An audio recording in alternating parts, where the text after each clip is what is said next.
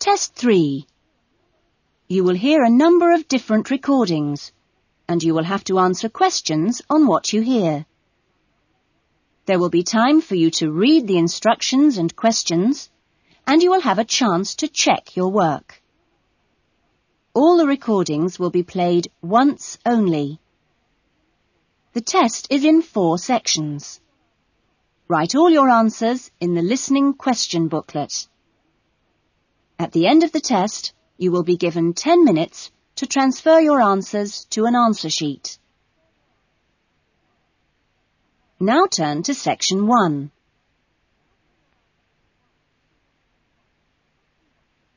Section 1. You will hear someone being asked their opinion of a new television station.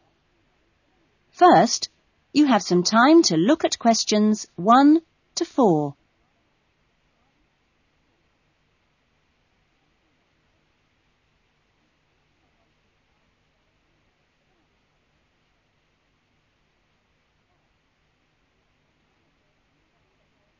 You will see that there is an example that has been done for you. On this occasion only, the conversation relating to this will be played first. Excuse me, I'm sorry to bother you, but would you have time to answer a few questions? What's it about? We're doing some market research for a new television channel starting in 2 years' time. Okay, why not? Lovely. We'll just work through this form. And if we could start with some personal background information? Sure. Right. If I could just have your age? 35. Right. Great. The respondent is 35 years old, so B has been circled. Now we shall begin. You should answer the questions as you listen, because you will not hear the recording a second time. Listen carefully to the conversation and answer questions 1 to 4. Excuse me, I'm sorry to bother you, but would you have time to answer a few questions? What's it about? We're doing some market research for a new television channel starting in 2 years' time. Okay, why not? Lovely. We'll just work through this form. And if we could start with some personal background information? Sure. Right. If I could just have your age? 35. Right. Great. And your job? Systems analyst. But for the form, I don't know whether it would count as professional or business or what. What do you think? Okay, it's more like business. Fine. And would you mind my asking about your salary, or we can leave it blank? No, I don't mind. It's $40,000 a year. Oh, thank you. Right. About your current watching habits. What would you say is your main reason for watching TV? Well, at work, I tend to read for information and what have you, so I'd say that with TV, it probably just helps me relax and unwind. Fine.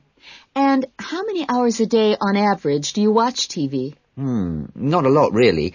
I should say just over an hour. You now have some time to look at questions 5 to 10.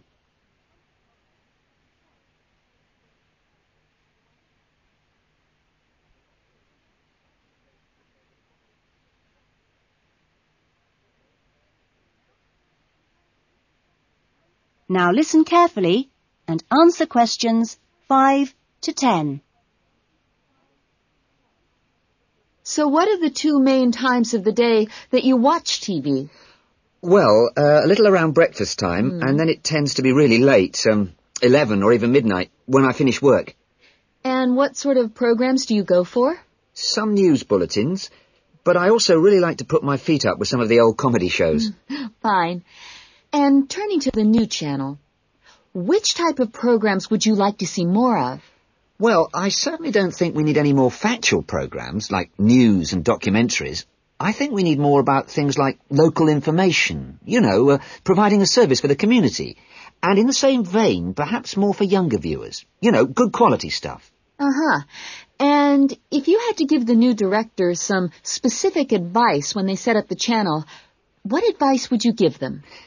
I think I'd advise them to pay a lot of attention to the quality of the actual broadcast. The sound system. People are very fussy these days about that. And in general, I think they ought to do lots more of these kinds of interview, talking with their potential customers. Oh, I'm glad you think it's valuable. Certainly, yeah. Good. Okay. This will be a commercial channel, of course, but how often do you think it is tolerable to have adverts? Well, out of that list, I'd say every quarter of an hour. I don't think we can complain about that, as long as they don't last for 10 minutes each time. Quite. And would you be willing to attend any of our special promotions for the new channel? Yes, I'd be very happy to, as long as they're held here in my area. Okay, I'll make a note of that. And finally, may we put you on our mailing list? Well, I'd prefer not, except for the information about the promotion you mentioned. Can I have your name and address? Of course. Here's my card. Oh, lovely. And thank you very much for your time, and we look forward to seeing you. Yes, indeed. Thanks. That is the end of section 1.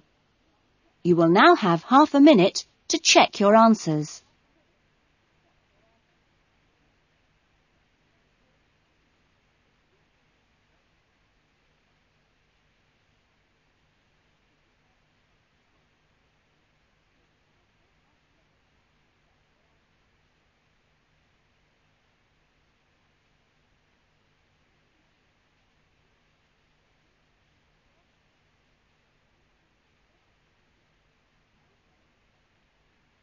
Now turn to section 2.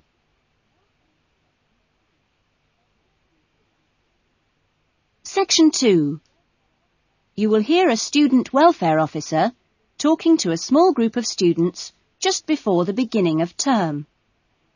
First, you have some time to look at questions 11 to 16.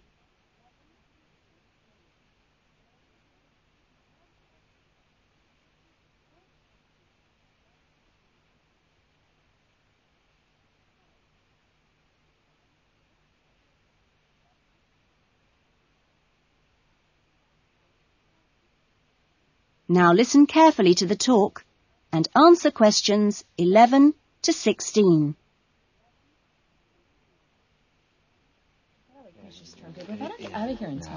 Okay. Well, good morning, everybody. My name's Elizabeth Reed, and I'm your Assistant Welfare Officer. What I'd like to do now is tell you a little more about some of the social facilities available on the campus, and also to tell you something about what the town has to offer. As you probably know already, the Student Union building is the main centre of social life here, as indeed it is in most British universities. The Union runs a weekly programme of events for all tastes. Oh, everything from discos to talks by guest speakers. Many of these events are fundraising activities for charities, which the Union takes very seriously. They manage the Students' Union paper shop, selling magazines and newspapers, as well as stationery, sweets and so on. Let me see. There's the ticket shop, where you can get some very good deals on, well, for example, coaches to London, or inexpensive charter flights. As cheap as you'll get anywhere, people say. Or tickets for big pop groups playing here or at other venues all over the country, or plays in London. Oh, and we mustn't forget the Union cafeteria and the big new diner. Yes, did you have a question? Yeah, does the Union also provide help with any problems? I mean, advice on financial problems, for example, or does the university provide that? Yes, the Union run their own advice service, offering help with financial matters, such as grants. I'm sure you realise anything medical should be discussed with the University Medical Service, which also has an excellent counselling centre. I think that was made clear yesterday. However, the Union has its own officer who can give advice on legal problems. You now have some time to look at questions 17 to 20.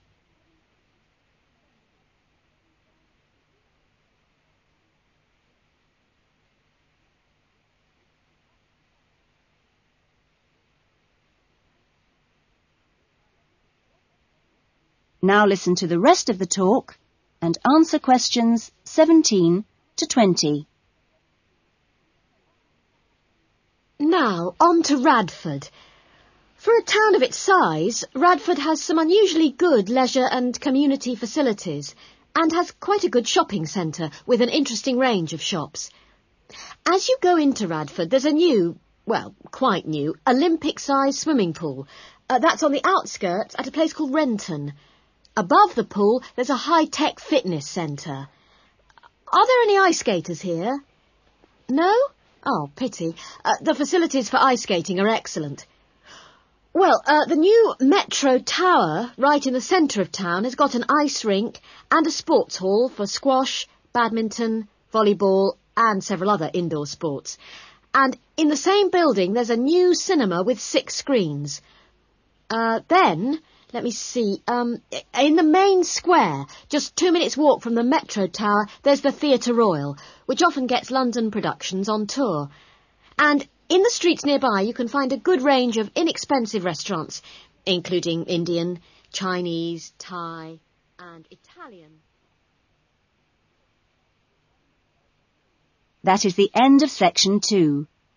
You will now have half a minute to check your answers.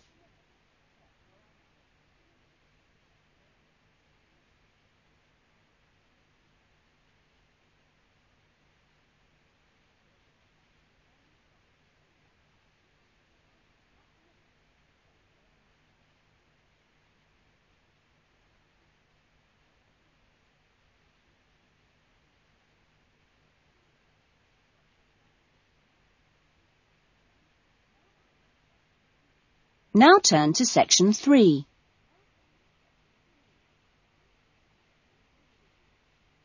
Section 3.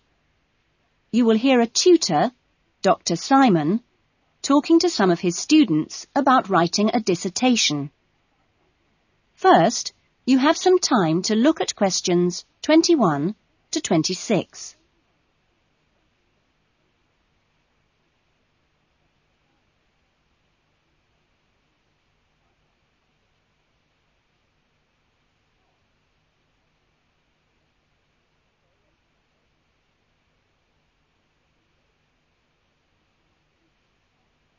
Now listen to the discussion and answer questions 21 to 26. OK, welcome back to the new term. Hope you've had a good break and that you're looking forward to writing your dissertation. Now, what I'd like to do in this session is give you the opportunity to ask questions on writing the dissertation. Requirements, milestones, who to see when you need help. It's very informal. It may all be written on paper, but it's nice to get it confirmed. So, anything you'd like to ask? Dr. Simon, is there a fixed hand-in date yet? Right, I can confirm that that's the 21st of May, not the 20th, as we first stated. OK? Jane? What about the word limit? Well, we try to be pretty flexible on this, but in broad terms, it's 18 to 20,000. Ah. And you can choose your topics, anything from years 2 and 3. Yes? I still haven't got any idea what I want to do it on. Who... Well, you should see your course tutor to agree on your final title, and you should also be aware that there's a special programme running on research methods for anyone who wants some extra help on that. Can I just check on the deadlines for everything? Yes, sure. Look, let me write it on the board. When the different stages have to be completed. First of all, you've got to work on your basic bibliography. And that's due into your course tutor by the 31st of January, which is just 2 weeks away, so you'd better get a move on that. Do we have to have our own draft plan by then? No, your draft plan is due on the 7th of February, which is a week later, so that should give you plenty of time. And when do we have to be doing the research? That's over a 1-month period, essentially February to March. And the write-up? Well, you can't really get going on your writing until you've got quite a bit of the research done. So that's really March to May, with the hand-in date on the 21st. Any more questions? Now you have some time to look at questions 27 to 30.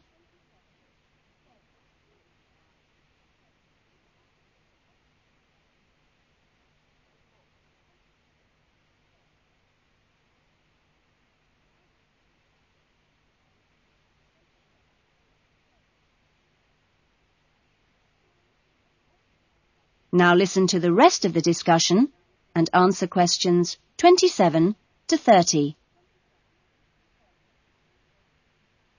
Well, sir, just some advice, really. It's about computers. Would you advise us to buy one?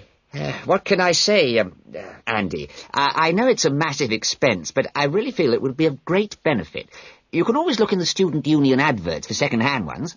Yes? I've been looking at some of last year's dissertations. Oh, is that a good idea, sir? I heard... Well, I don't think you should read them in detail too early, or you might end up taking more of their ideas than you realise. But yes, it really is the best guide you can have to the expectations of of what's expected when you write a dissertation. Sorry, Jane, I interrupted you. That's okay.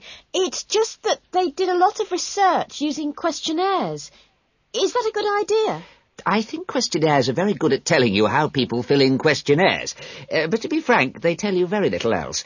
Avoid them. About interviews, is it okay if we interview you? The tutors?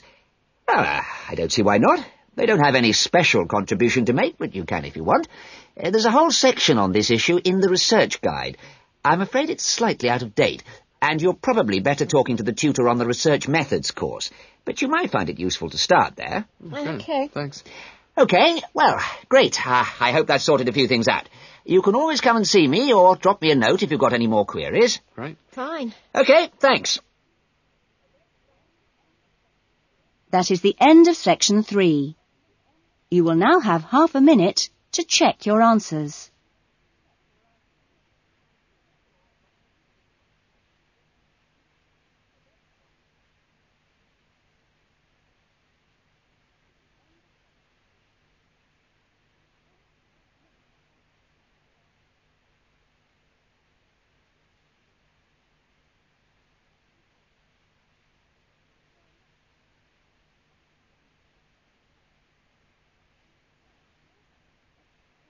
Now turn to section 4.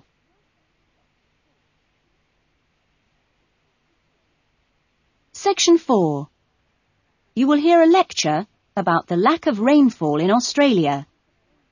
First, you have some time to look at questions 31 to 40.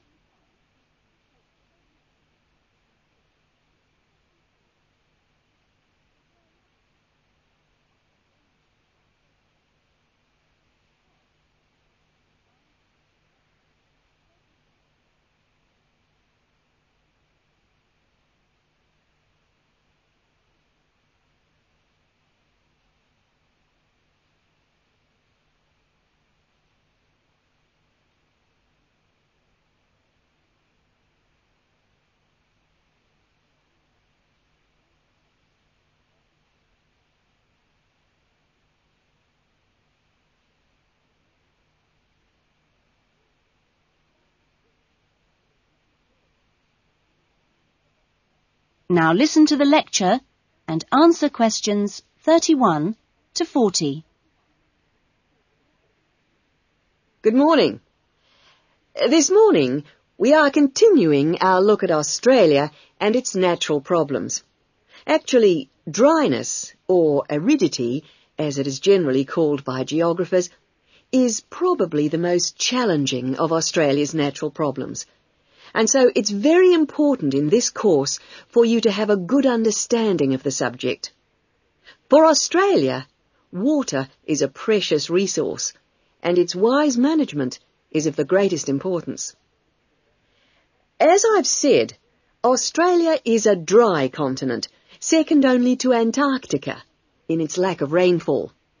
Long hours of hot sunshine and searing winds give Australia an extremely high rate of evaporation, far more than in most other countries. It's estimated that approximately 87% of Australia's rainfall is lost through evaporation, compared with just over 60% in Europe and Africa, and 48% in North America. You generally think of Africa as being a very hot and dry place, but it's not in comparison with Australia. In many parts of Australia, standing water, that is, dams, puddles and so forth, dry up rapidly, and some rainfall barely penetrates the soil. The reason for this is that the moisture is absorbed by thirsty plants. Some parts of Australia are dry because rainwater seeps quickly through sandy soils and into the rock below. In parts of Australia, this water, which seeps through the sandy soil, collects underground to form underground lakes. Water from these subterranean lakes can be pumped to the surface and tapped, and so used for various purposes above the ground. In fact, extensive underground water resources are available over more than half of Australia's land area. But most of the water is too salty to be used for human consumption or for the irrigation of crops. However, most inland farmers do rely on this water for watering their animals and, where possible, to a lesser extent, for irrigation. Underground water can flow very large distances and can be kept in underground reservoirs for a very long time. Water from these underground reservoirs bubbles to the surface as springs in some parts of the country, and these rare sources of permanent water were vital to early explorers of inland Australia and to other pioneers last century who used the springs for survival. But in many places, levels have fallen drastically through continuous use over the years. This has necessitated the pumping of the water to the surface. Remarkably, underground water sources in Australia supply about 18% of total water consumption. So you can see it's quite an important source of water in this dry land. So, most of the consumption of water in Australia comes from water which is kept above ground. More than 300 dams regulate river flows around the country. The dams store water for a variety of functions. The rural irrigation of crops, without which many productive areas of the country would not be able to be farmed.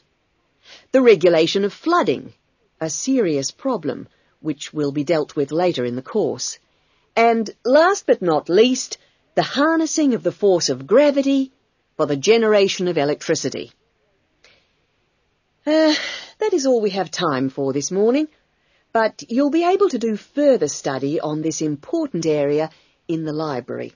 I have a handout here with references on the subject, so if you're interested, please come up to the desk and take a copy.